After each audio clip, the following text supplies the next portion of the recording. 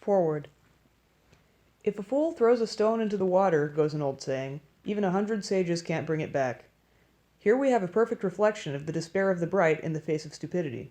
But an ingenious child, who still thinks in pictures, might ask, isn't the world full of stones? So why should 100 clever people try so hard to get back this one? Why don't they look around?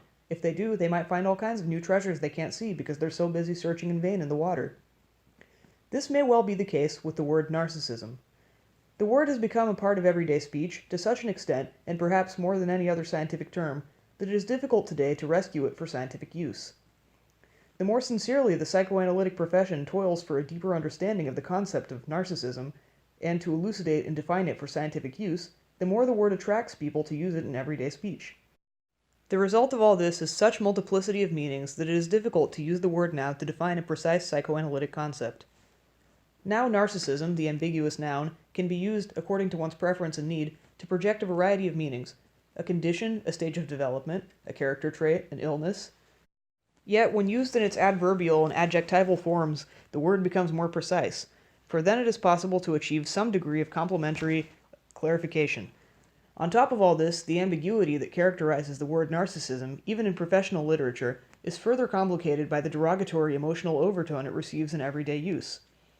For there are such meanings as in love with oneself, always thinking of oneself, egocentric, incapable of object love, have become attached to it. Even psychoanalysts are not always free of such judgmental emotional use of the word, although they try for neutrality. Let us now examine some of these derogatory judgmental words. What exactly, for instance, is egoism? The 15-year-old schoolboy Sigmund Freud wrote in his notebook of aphorisms that the worst egoist is the person to whom the thought has never occurred that he might be one. Many people, even in old age, do not reach the wisdom of the 15-year-old Freud, but truly believe they have no such needs of their own simply because they are not aware of them. Our contempt for egoists begins very early in life. Children who fulfill their parents' conscious or unconscious wishes are good, but if they ever refuse to do so or express wishes of their own that go against those of their parents, they are called egoistic and inconsiderate. It usually does not occur to the parents that they might need and use the child to fulfill their own egoistic wishes. They often are convinced that they must teach their child how to behave because it is their duty to help him along the road to socialization.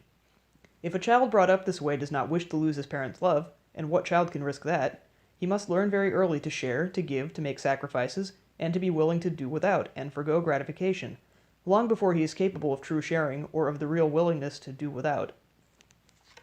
A child who has been breastfed for 9 months and no longer wants to drink from the breast does not have to be taught to give it up.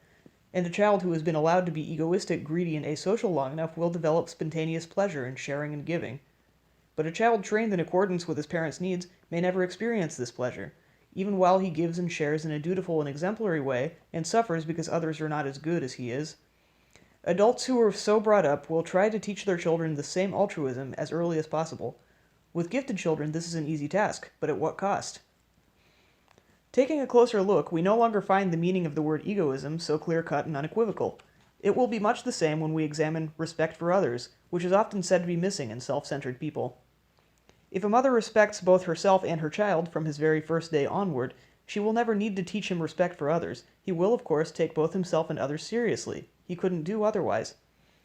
But a mother who, as a child, was herself not taken seriously by her mother as the person she really was, will crave this respect from her child as a substitute, and she will try to get it by training him to give it to her. The tragic fate that this is the result of such training and such respect is described in this book. As soon as we look more closely and examine their origins, we shall see that other moralizing, derogatory words also will lose their popular, clear-cut character. The usually accepted judgmental contrast between self-love and object love, and their portrayal as opposites, springs from naive and uncritical usage in our everyday language. Yet a little reflection soon shows how inconceivable it is really to love others, not merely to need them, if one cannot love oneself as one really is. And how can a person do that if from the very beginning he has had no chance to experience his true feelings and to learn to know himself? For the majority of sensitive people, the true self remains deeply and thoroughly hidden. But how can you love something you do not know, something that has never been loved? So it is that many a gifted person lives without any notion of his or her true self. Such people are enamored of an idealized, conforming, false self. They will shun their hidden and lost true self unless depression makes them aware of its loss or psychosis confronts them harshly with that true self, whom they now have to face and to whom they are delivered up helplessly as to a threatening stranger. In the following pages I am trying to come closer to the origins of this loss of the self. While doing so, I shall not use the term narcissism. However, in my clinical descriptions, I shall speak occasionally of a healthy narcissism and depict the ideal case of a person who is genuinely alive, with free access to the true self and his authentic feelings. I shall contrast this with narcissistic disorders, with the true self's solitary confinement within the prison of the false self. This I see less as an illness than as a tragedy, and it is my aim in this book to break away from judgmental, isolating, and therefore discriminating terminology. In order to avoid major misunderstandings, let me make clear that my thoughts on the genesis and treatment of narcissistic disorders in no way conflict with the concepts of drive theory. Footnote: see Alice Miller's 1981 book, which has appeared since the first printing of this book. Quote, "When I wrote the drama, I still thought I could reconcile my own findings with Freud's drive theory. I considered my approach to the treatment of narcissistic disorders as preliminary work that had to be performed with many patients before conflict neuroses could be addressed. But the more thought I give now to the theoretical consequences of my findings, and the more carefully and impartially I test the empirical content of the traditional theories, the more clearly their function in the total structure of social repression emerges for me. As a result, I have become more and more suspicious of the validity of the Freudian drive theory, and have experienced a growing need to distinguish between it and my own views.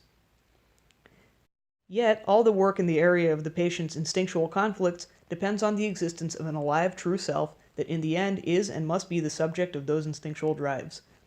This is what seems to be missing in our patients. As I think back over my last 20 years' work, in the light of my present understanding, I can find no patient whose ability to experience his true feelings was not seriously impaired. Yet, without this basic ability, all our work with the patient's instinctual conflicts is illusory.